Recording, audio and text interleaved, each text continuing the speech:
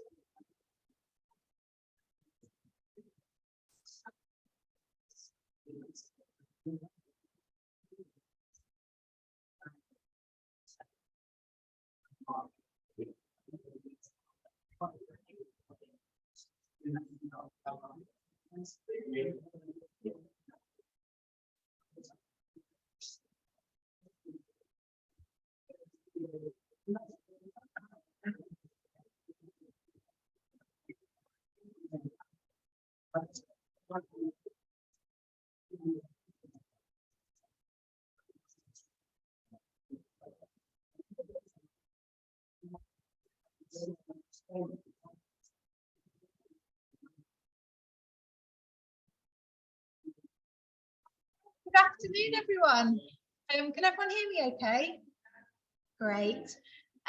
So first of all, thank you all so much for coming to this first collaborative research seminar. For those of you that don't know me, I'm Gemma Cherry, and I'm a lecturer in clinical psychology within primary care and mental health.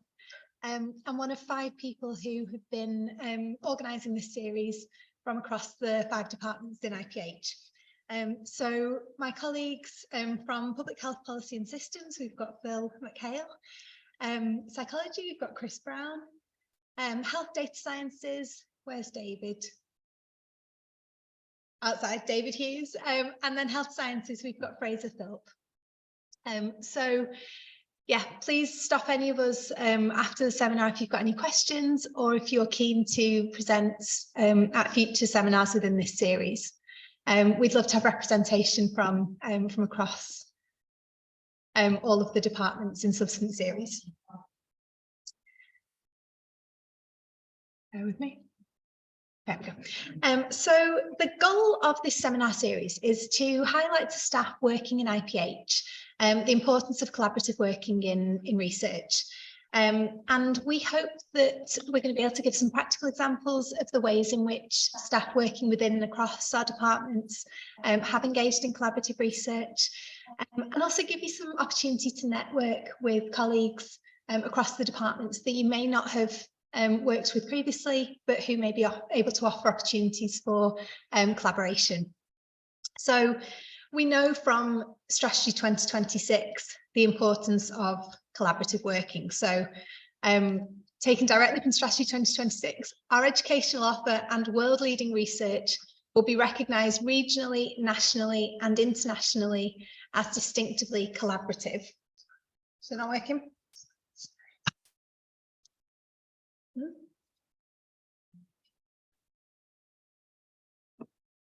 You good? Thank you. And we know, is that working?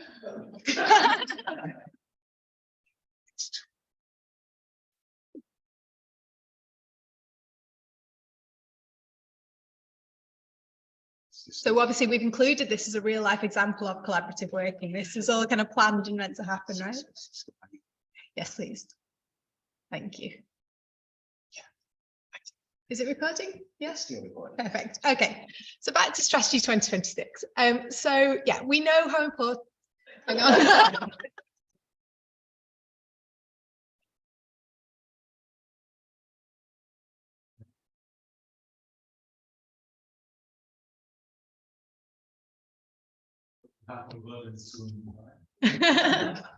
Because I think we're really good. we're good. Okay. Perfect. Okay. Yeah, we know how important collaboration is to the production of the research outputs that are expected of us here at Liverpool. And I think that was evidenced in Louise's talk at the recent IPH impact event as well, where she began to present sort of the skeleton outline for the next strategy that'll be published in October and will carry us through to 2031 and beyond. So, so we were kind of tasked with thinking about how can we promote collaboration both within and across departments, institutes, faculties, with other organisations.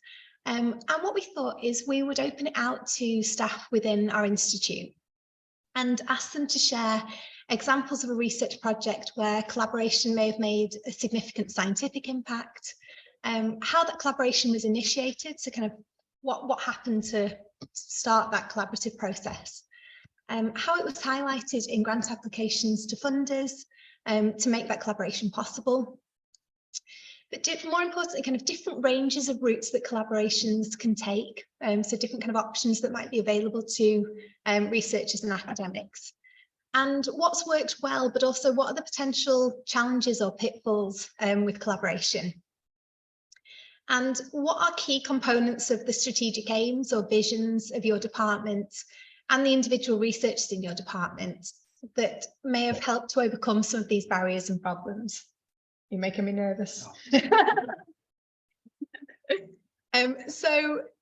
So after lots of discussion, we decided a seminar series where we shine the spotlight on different areas of good practice was the way forward, together with networking to help foster some kind of collaboration on a practical level. So that brings us to today, which is the first in what will be a series of seminars. We're going to start with a lightning talk from Clarissa Giebel and then hand over to Mark Gabbay and Jane Cloke to speak a little bit about their experience. But the broad aim of today is to discuss the ARC Northwest Coast Connected Research Community, which brings together researchers, workforce and people with lived experience to tackle a research need or an implementation need.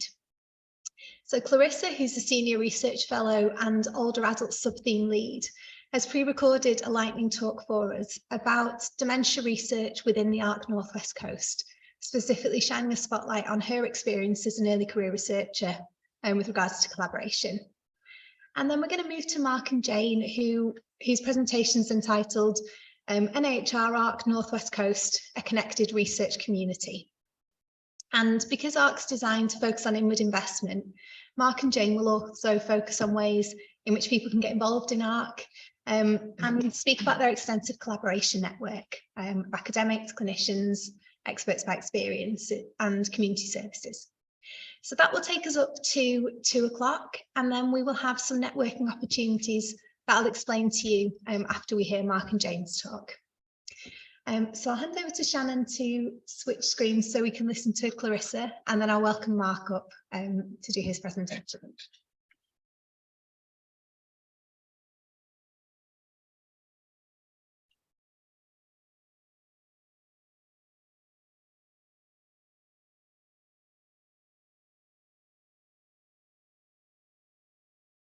That use of the bell.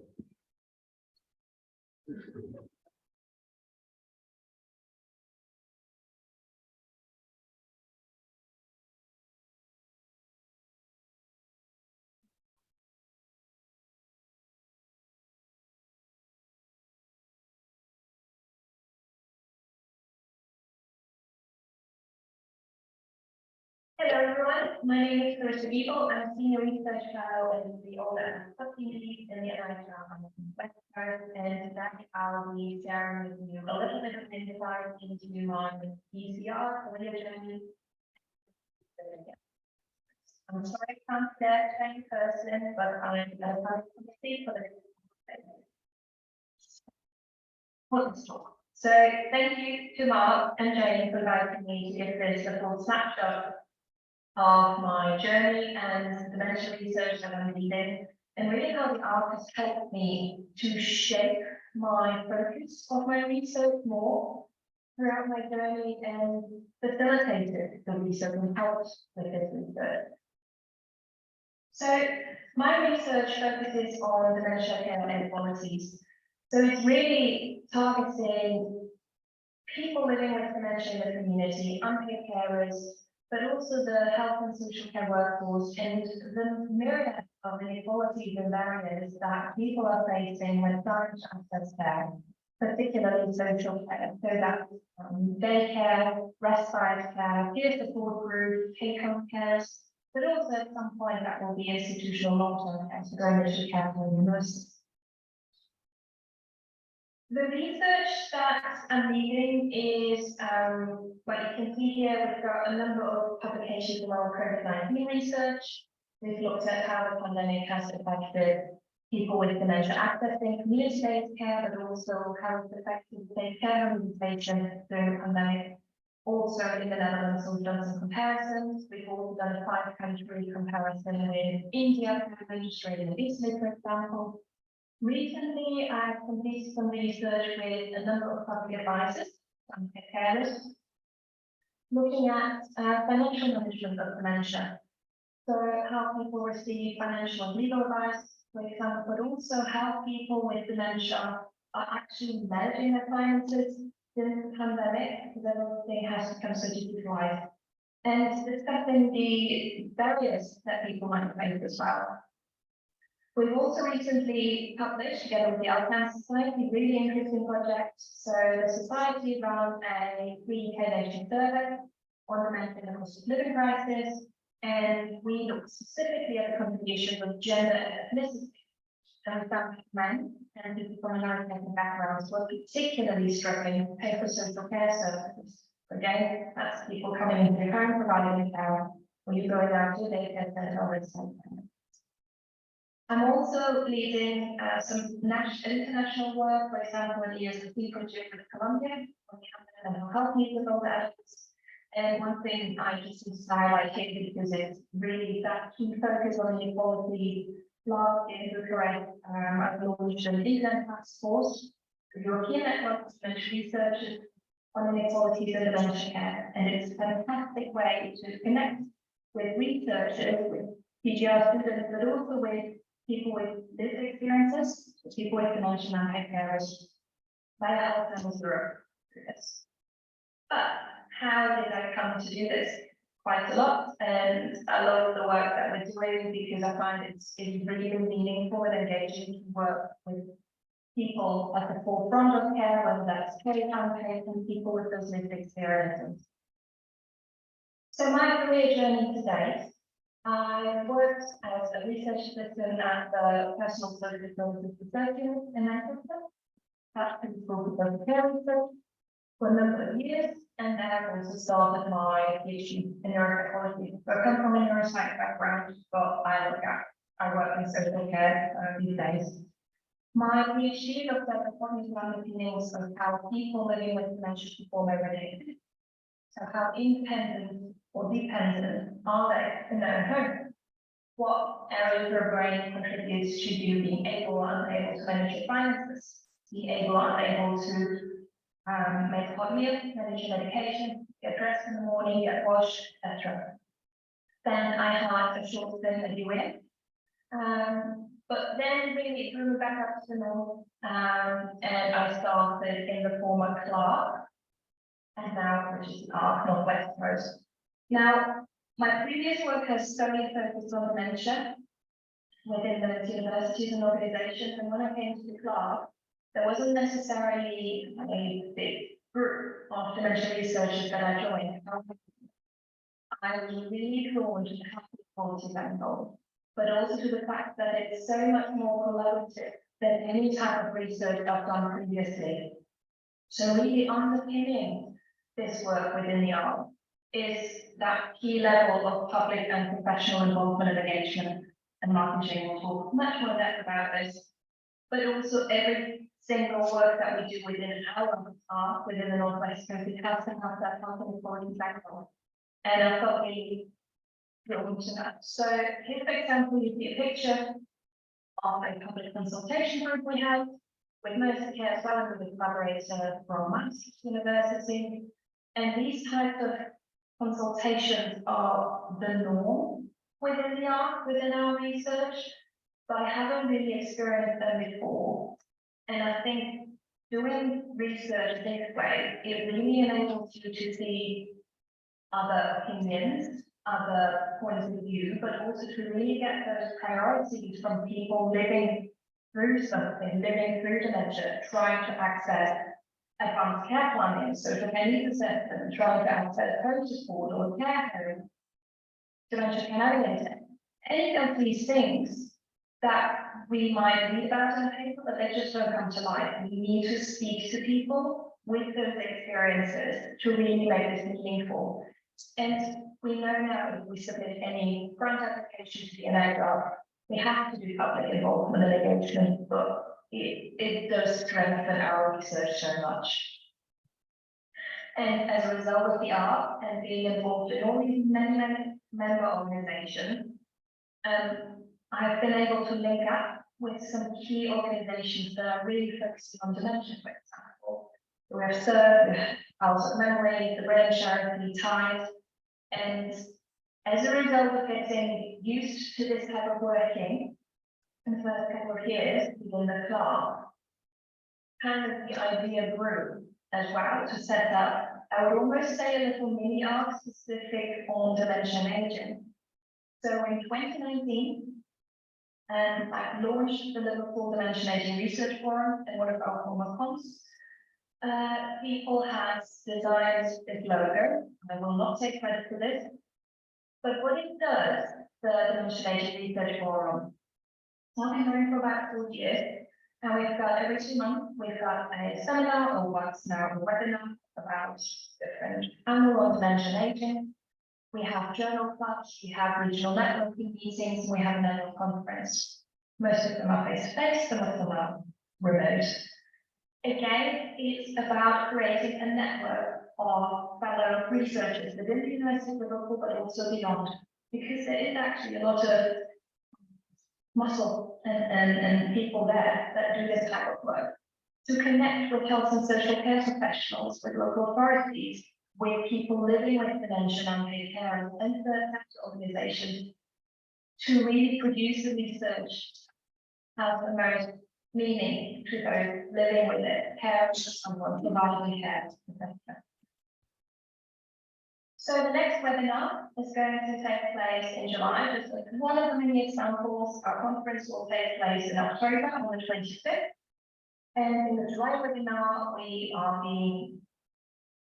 we have Professor Krishna joining us from Australia, from the National Aging Research Institute, and she will talk particularly about the inequality angle and dementia and the cultural aspect of dementia, because we know that people from minority ethnic backgrounds tend to struggle a bit more to access care, and how videos and how research can be used in their dementia.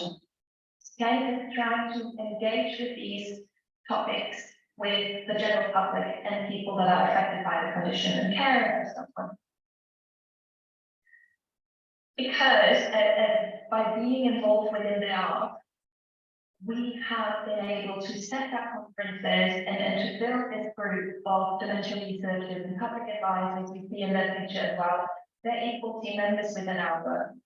They help to develop study documents, they're part of the meeting, and they're very outspoken now, which is fantastic. They are just as outspoken as us researchers, so we really hear about their points of view. And I don't think if I have been working as another research group somewhere else that's not ARC associated, I don't think this angle of my career journey would have come about, but I'm very happy because I personally love speaking to people like this at conferences and meetings, etc., that are not academic necessarily. We do hear so many different sides of stories. So I hope this has given you a little bit of insight. If you want to have a chat with me, my email was on the first slide as well. But yes, I hope that was useful. So thank you very much.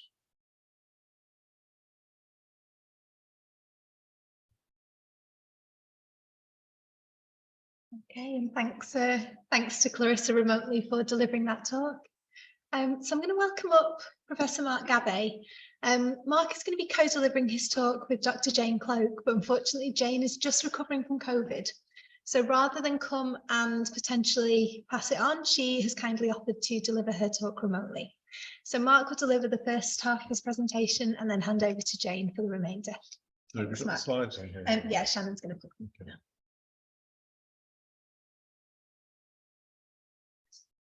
Just click on that.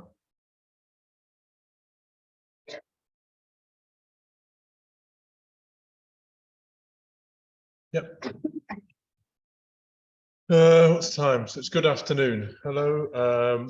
Thank you for the introduction. I hope you found the first talk interesting. So I'm Mark Gabbay. I'm a professor of general practice. I work at Brownlow in Liverpool. Been at Liverpool for 25 years.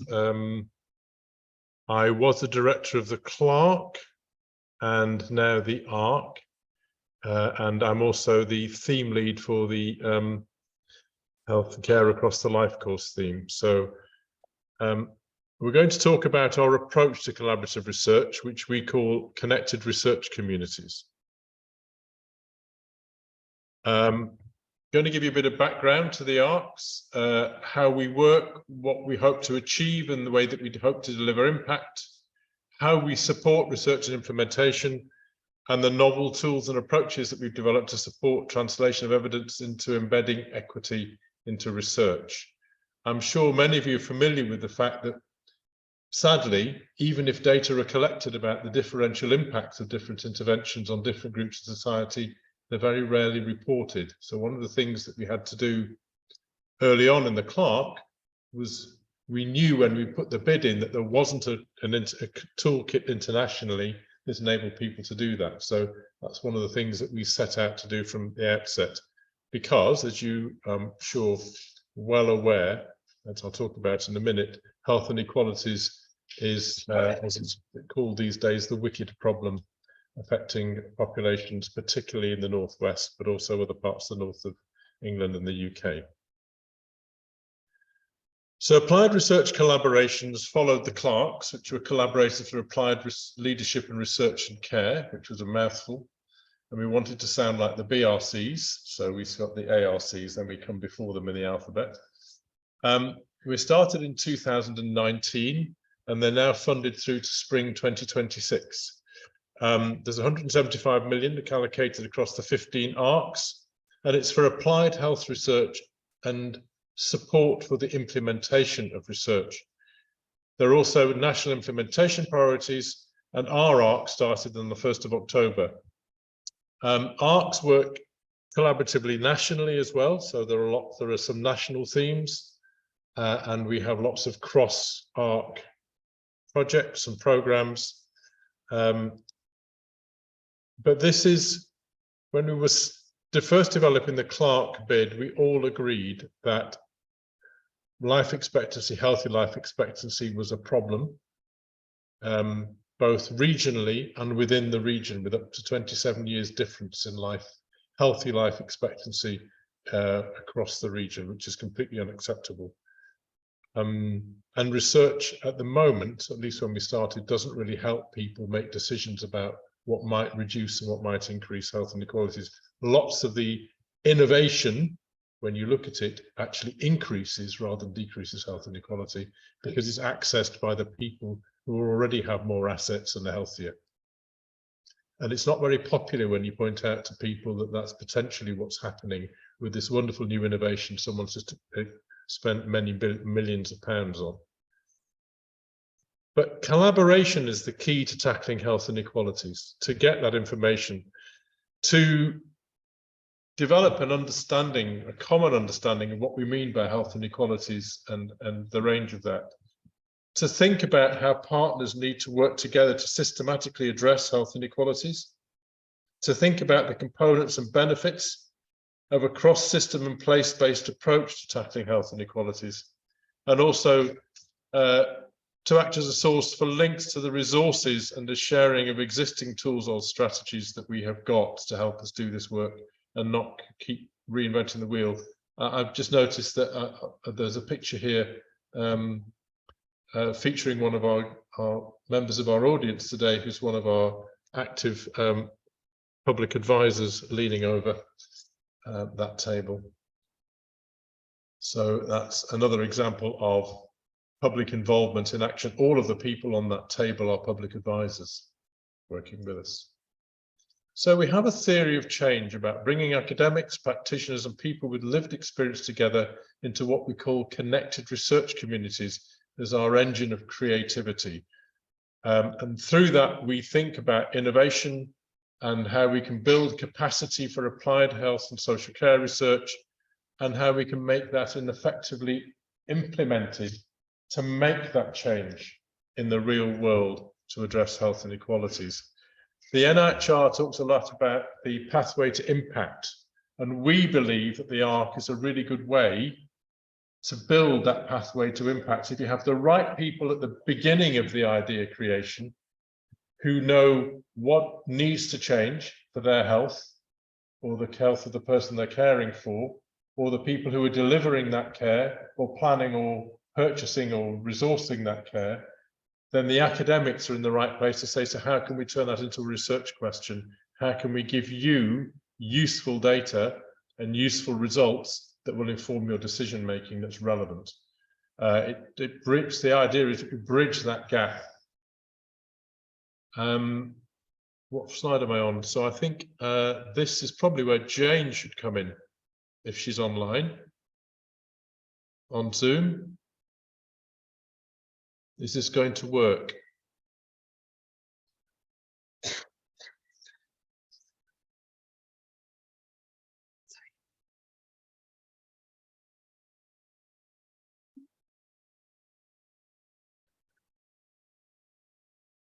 Apparently there isn't a pandemic anymore. There is no COVID, so Jane's making it up.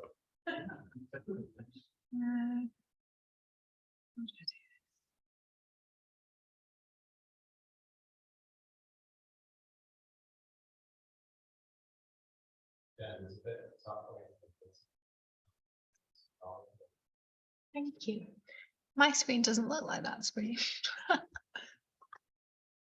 And I think Shannon's popped out. Chris, could you look at this? Yeah. Open sharing preferences, see what that says. The great thing about this is when everybody else kibitzes and tries to tell people what to do and they're trying desperately to make it work. Well, we've all got an idea of making it work. Yeah, I don't know how to. It doesn't look like we're in this one.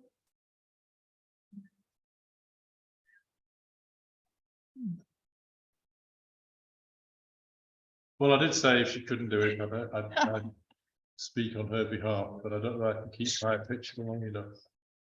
I have to ask Chris for help. My Mac knowledge is limited. We've got a bit of a technical hitch. We can't. Looks like Jane has left and been readmitted, but I can't find where to bring her back in.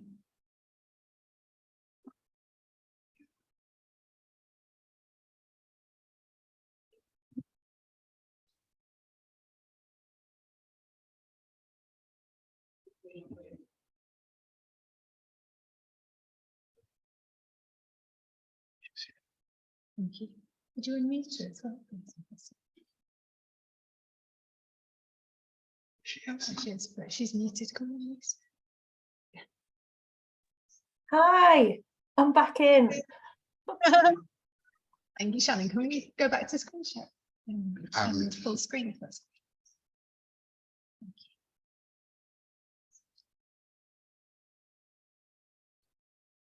Thank you.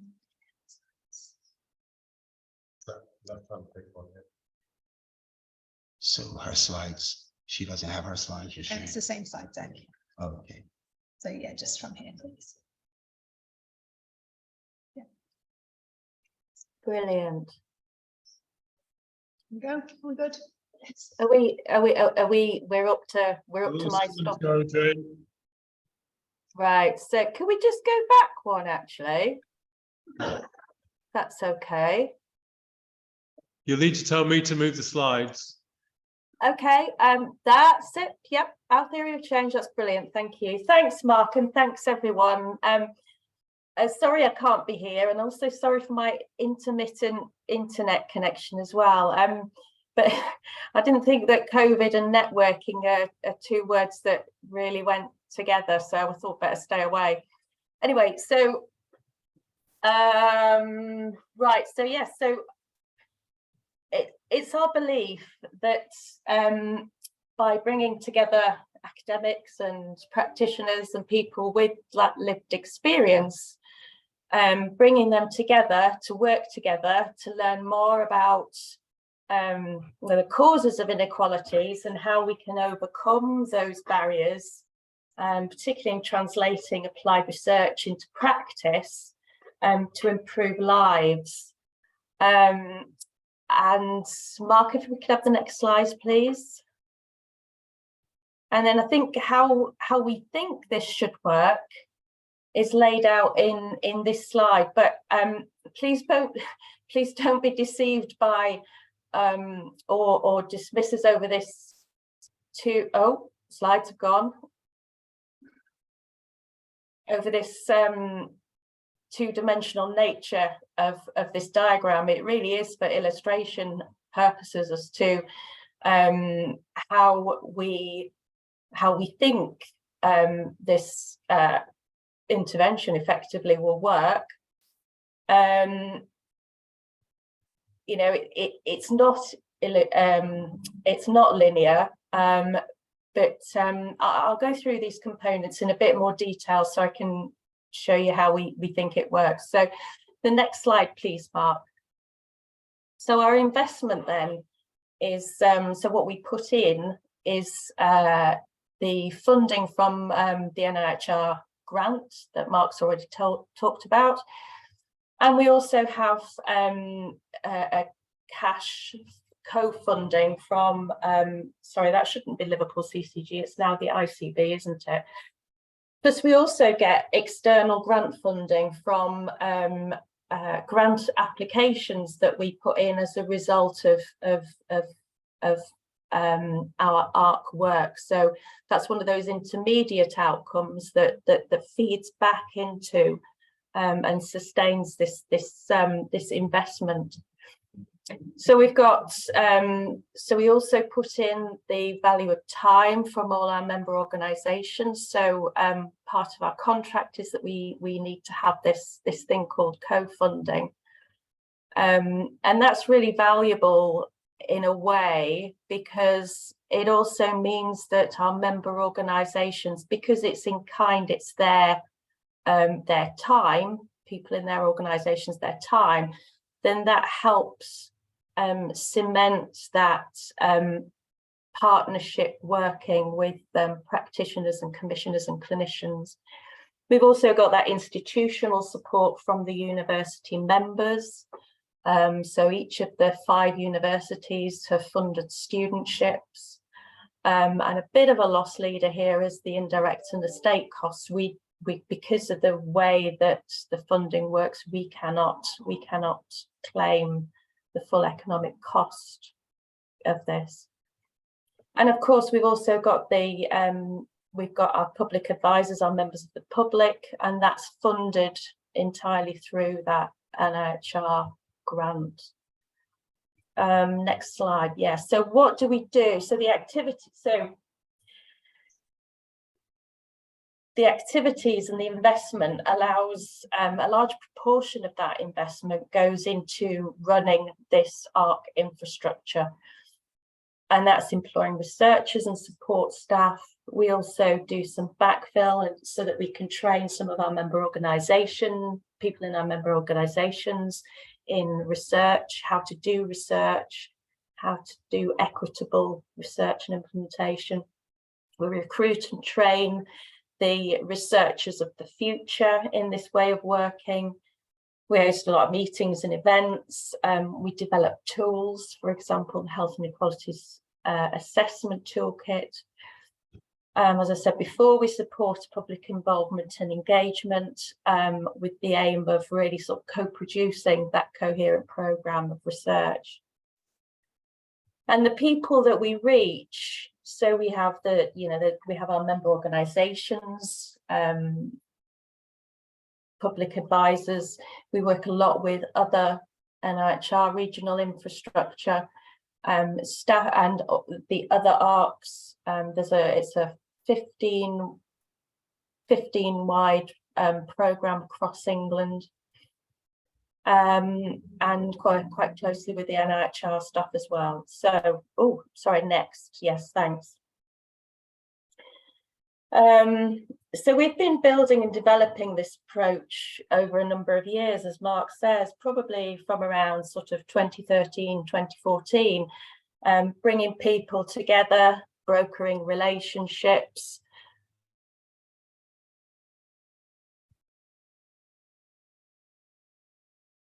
That's a worrying silence. We lost the link. Sounds like we have. So I'm going to carry on till she comes back. So how do we, so that last slide was us evaluating the Clarke and developing the bid for the ARC, and those were the illustrations of the minutes of those meetings. So how do we support that co-production? Well, we have effective public and community involvement and engagement processes, resources and training for the public. I hope somebody somewhere is trying to get Jane back on, but until she comes back on, I'll carry going. We broker relationships between academics. Oops. Do I need to? Oh. Okay. We broker relationships. I can't see the slide now. Just move that. Don't worry. Oh no, the slides are moving backwards and forwards on mine. I'll go back. Sorry, this is not me. Yeah.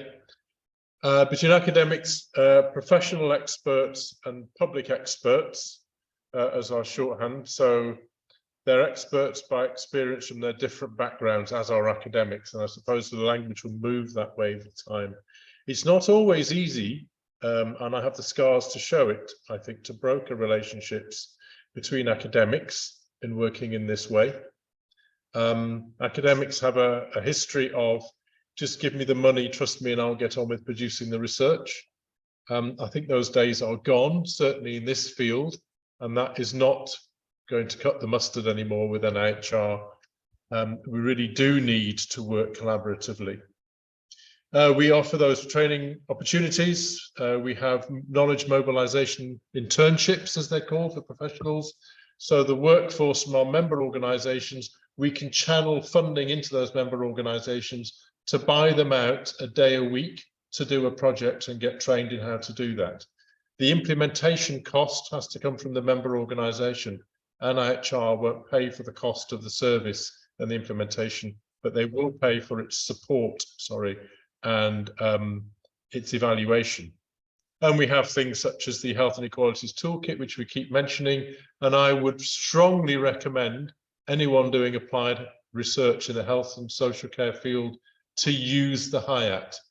You cannot use the HIAT without engaging with those experts, with the public, with the professionals. It's built into it, and it really gets you to discuss what the health and equalities factors are, how you build them into your research, how you will use the findings afterwards. And it's really helpful. And we have these wider links. So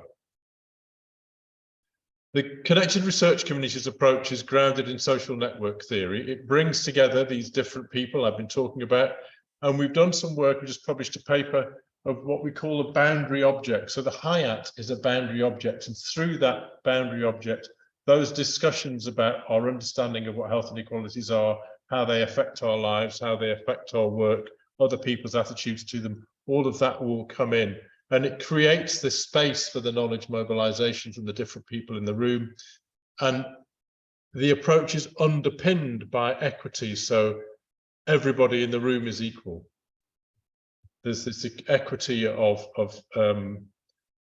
across everyone who's involved. And it builds that capacity and that confidence for people for whom research might not be something that they're used to.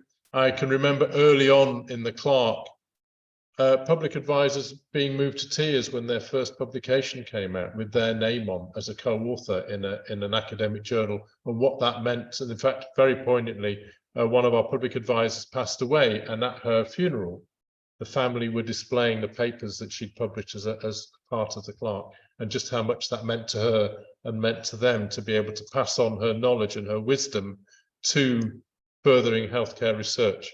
So this is a sort of a graphic representation of a connected research community, and the different formats that we have. We have in implementation, we have what we call impact roundtables, which bring together different parties to talk about stroke or mental health, what the challenges are, how we might meet them. Jane's back, is she? Yeah, Jane, if you're here. Yeah. Hi, sorry about that. I didn't think that, didn't think the internet would get COVID as well, but there you go. I'll go back to slide shifting. You can carry on. Okay. So Mark, you were talking about the different connected research communities that we have. So I guess these are the things that enact that kind of concept, that kind of model. Where did we get to? You talked about the impact roundtables. Did you talk about the Coran and the Dementia Forum? No, just got to the first one, impact roundtables. Okay, so I mean, you've already seen from Clarissa's talk about the work that she's done in pulling the Dementia Forum together, and we have a similar format with the Seldom Heard Voices Forum as well. So as I say, those are the practical ways in which we enable these connected research communities to come together. But if we can go on to the next slide, Mark, please.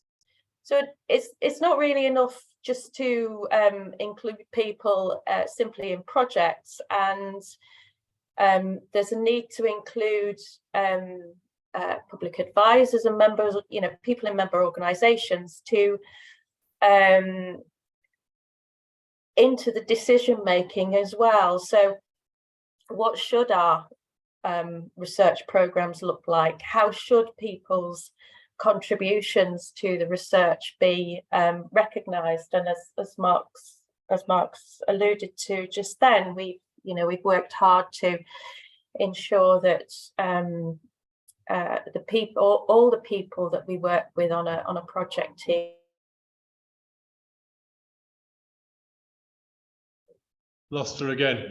Okay, so we have the members forum. So all the public advisors are registered. I think we have about 100 now, who come from either communities, which we call the Corans, Community Research and Engagement Networks, and we have a number of those. They developed from what were called Neighbourhoods for Learning, which worked on community resilience, but systems resilience in the organisations that were around the community, not the individuals or the community to be resilient, but how we put systems in place to enable them to be resilient to the changes and the challenges.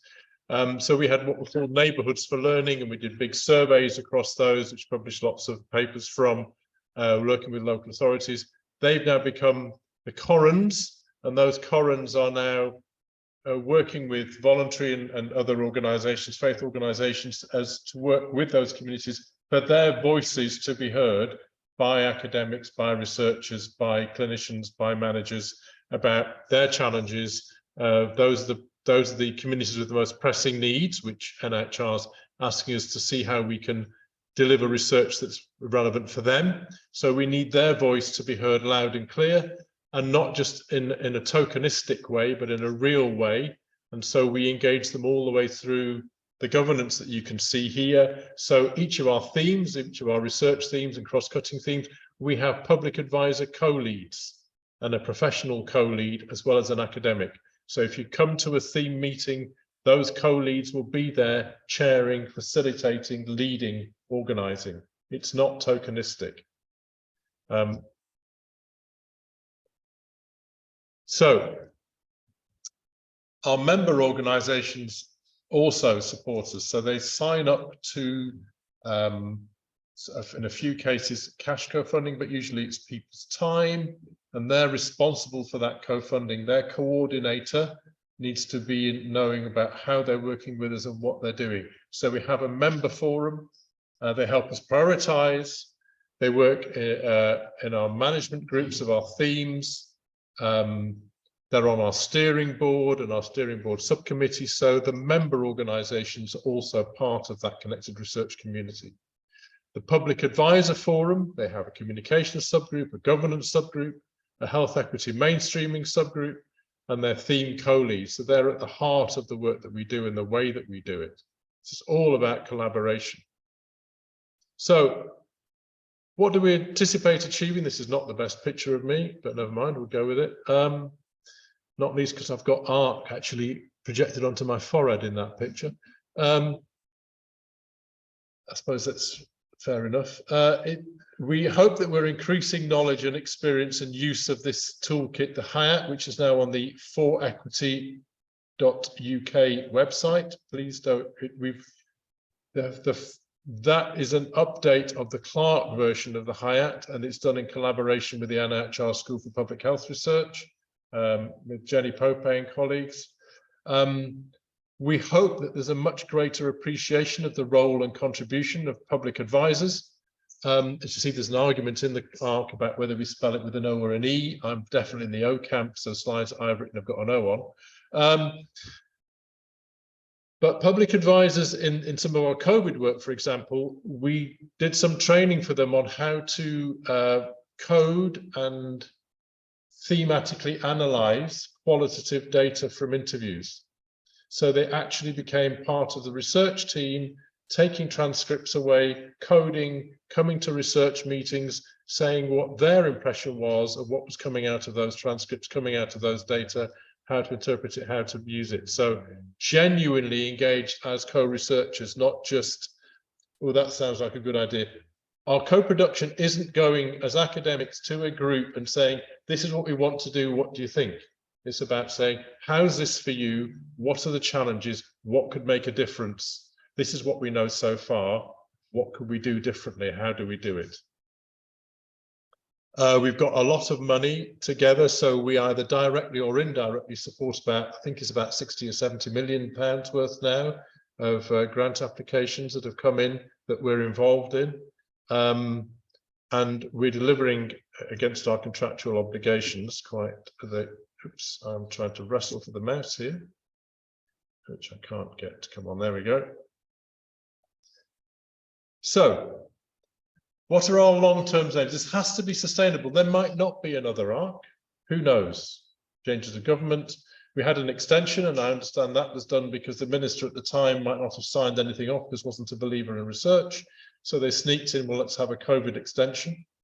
So we are prey to political will as to whether or not this is seen as a priority. And we're continually having to demonstrate, the NIHR continually having to demonstrate to the Treasury that this is good value for money and that it is bringing benefit to the nation. It is, after all, taxpayers' money. I'm going to have to stand back because I can't see the slides. She's back. There you go, Jane. Thank you. Thank you. I'm so sorry for the drama. Bloomin' heck. Who knew? Yeah, so effectively, these are what we think success should look like, as Mark says. You know, this needs to be something that we can sustain some of this. So we do need a legacy around creative collaboration, so that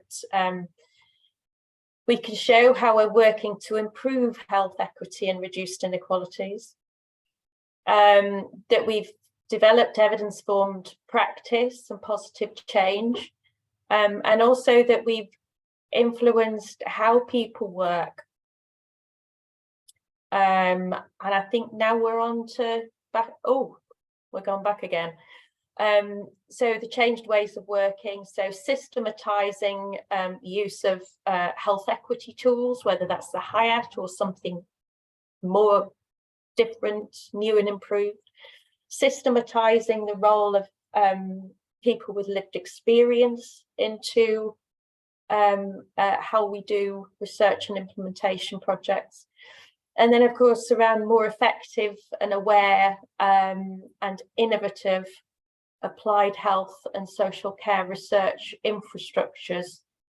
So that's the real legacy. Mark, on to you.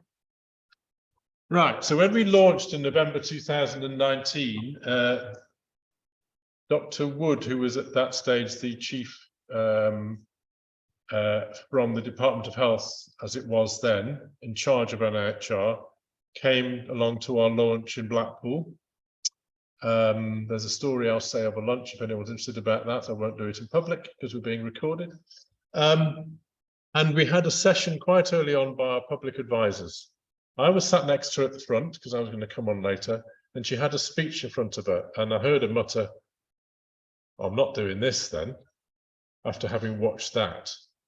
She was so blown away by the collaboration and the work that was being done by the public advisors, she scrapped the speech she was going to give and gave this one instead, which I was very impressed with actually, saying that ARC stood for ambition, reaching and collaboration. So ARC is complex and challenging, it's ambitious.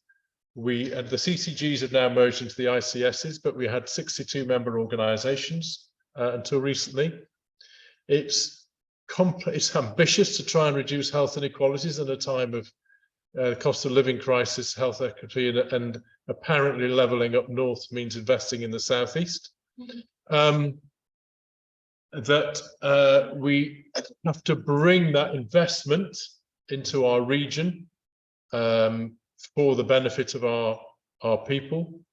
We have to reach into the underserved and hard to reach populations with vulnerabilities and health inequalities and have the most pressing needs. And these are traditionally challenging areas for research and implementation. And some would see that what we actually need to do is to get those people in those populations to take part in research studies. And we're saying, yes, that's great, but let's help them devise the research and co-deliver the research and co-design the research as well, and then champion it. And it's all about collaboration. So with our neighbourhoods, our public advisors, the different member organisations and the populations that they serve. It's complex, but I think it's rewarding and relevant, and I hope it's effective. And as I said, it's got this golden thread to implementation. That's the whole point. So we are a collaboration. This is a geographical map. I won't go through all of this again, and this is a bit out of date now, but we've got nearly 100 advisors, and we've got quite a lot more money than that coming in. And this, I often chant, with lots of organizations like this, people look at you and say, so what are you going to do? And I say, no, what are we going to do? We are an ARC. That ARC is all of those organizations. It's not me as director. It's not University of Liverpool. It's the 5 universities. It's the 14 acute trusts. It's the 10 local authorities. It's the primary care networks, all the mental health network trusts, all the tertiary trusts, all working together with our populations. That's what we are. That's how we make a difference. And all of this research has to have a pathway through to impact. It's not just something that sits on a shelf, goes into a journal, gets reported in ref. So we have 4 research themes: health and care across the life course, improving population health, equitable place-based health and care, which is based up in the University of Lancaster, person-centered complex care, which Tony Marston leads and is also based here in Liverpool, and cross-cutting themes, methodological innovation, development, adaptation and support, called MIDAS, and care and health informatics. The MIDAS theme is based out of UCLan. Care and health informatics is Sarah Rogers here in public health. And we also have an implementation and capacity building team called Impact. So that's how we're constructed. These are the public. So the public have been involved in a lot of ways we've already talked about, but they've done projects on air quality because that matters to the public. You know, what matters to you? We're worried about pollution. We're worried about the state of our streets and the state of our high street and the fact that they're not healthy places to be. We're worried about the risk of suicide and the number of people that have jumped off these flats. That's what we need to do something about. So it's that sort of topic that our public bring to us and we help them deliver research on. So how do we support and bring those project proposals together? So we've got the methodological support, We can build that capacity with the studentships, the knowledge mobilization internships, researcher and resident scheme, applied research training. We have things called connected research communities where we bring those teams together and we work in groups on particular innovation projects that people bring collaboratively. We have the round tables. We have a lot of big data resources. So the PLDR, place-based longitudinal data resource, came out of the Clarke that Ben Barr runs. It's now being used nationally to show how we can use big data. We have enhanced the local digital research infrastructure. You'll have heard of CIPHER. CIPHER links very closely to ARC, and we've done a lot of the work to make that work. So all of these things that we talked about, the national ARC, as well as the patient and public infrastructure. This is what the HIAT looks like if you go on the For Equity website, and it takes you through a series of questions and says, and what the public involvement view of this was. So it takes researchers through that step. I personally would like to think if you send something into NIHR, having done a HIAT, and you attach that, if you're allowed to, as an appendix, that will really impress the panel that you've properly thought about equity, inequalities, and proper engagement with the public and with professionals, and you've thought about how we're going to make a change and what the impact will be. I commend you to do that. It's not a one-off, it's a living thing. You go back to it. So where are we up to? How are we doing? Has it changed? It's a living document that you use through. We also use the GRIP for public involvement so that when we're writing it up, we know what we've done. How do our public do stuff? Well, here's an example. They did an A to Z of health inequalities. They've done a board game, a snakes and ladders. We're now doing one on dementia, the dementia journey through diagnosis, using the same concept of a board game and how you engage with the public around the problems and what the solutions might look like. These are the public advisors showing the board game that they use for public education around health inequalities. And having those conversations about dementia and dementia care, for example, you've heard about. We do what we call RACEs, rapid conversions of evidence summaries. So a member organization comes to us and says, what's the answer to? So we will help them bring a small team together, identify a key systematic review, and then how to translate that into usable evidence, if we think the evidence is good enough, which they can then go away to their organization and implement. And they learn those skills and take them on. So how do you get involved? Please do work with us. When you write a bid like this, academics fall over themselves to get written on the bid as named people. When it comes to the meetings and delivery, it's gone all quiet. So please do come along to our ArcFest. Please do come along to our theme meetings. We need your expertise. We need your academic expertise to work along in these collaborations.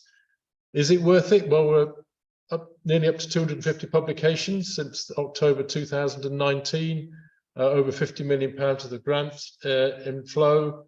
Yes, it's worth it. 200 projects. Please get involved. Contact us, be part of our work. These are some of the things that we've done to show how our work is making a difference, and the approach that we've taken, that we've been talking about today, these connected research communities, and that's some of the evidence we've been publishing around the evaluation of that approach. Thank you very much.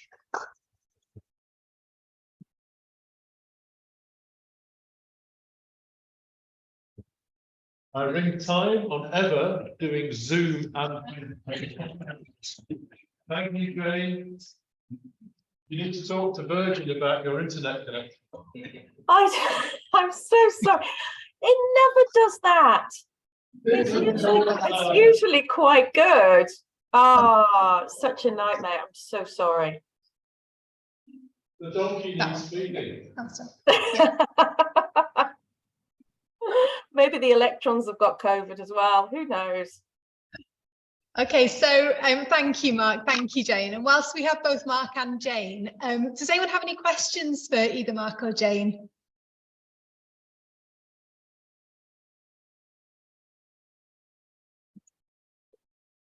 So where can we find out about the meetings, Mark?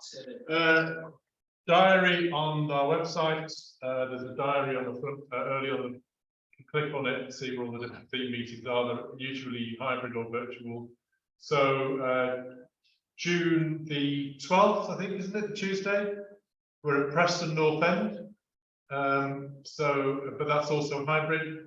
There's an Eventbrite just opened, and that's what we call our ARC Fest. So we're talking about we're getting the integrated care boards to talk about their work on health inequalities and to talk about their research programs as they're developing. And then we're also talking about our plans for the extended funding from 2024 to 26. So we are going to quite an active meeting. Then the equitable place-based healthcare theme and health and care and the life course meeting in the afternoon as well to talk in more detail about things. And there'll be a marketplace at lunchtime. So that's the next big meeting coming up. So you can join that virtually or face to face. Eventbrite is opened up. If you go onto our web pages, you can click on that and find out about it. But there is a calendar of events on there. So I didn't quite hear the question. I think it was about when are the next meetings. So we do quite a bit of comms around our events, and they certainly appear in the IPH newsletter. Certainly the ArcFest ones do. And I think if you're interested in more generally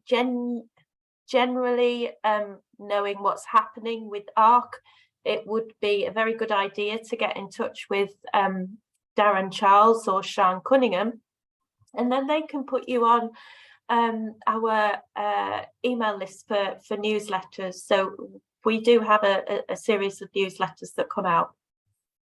Then we have tweets and lots of things going on. Yeah, we're very active on Twitter, which I know not everybody is. We thought about LinkedIn as well, but yeah. That's great, thank you. Are there any more questions for Mark or Jane? Okay, so for the next sort of 55 minutes or so, we've got some networking stalls set up in the library. So as you leave, turn right and you'll find them in the corners of the room. And we have 4. So we have one looking at co-production of research, so how to embed public involvement and professional experts in health research. We have an equity networking stall, a stall focusing on big data, so informatics and health and care research, and then one just for kind of general research collaboration networking. You don't have to tie yourself to a particular stall. Please feel free to move among them as you see fit as well. And thank you all for coming to the more formal part of today and bearing with us through our technical problems. Thank you so much. Oh my goodness.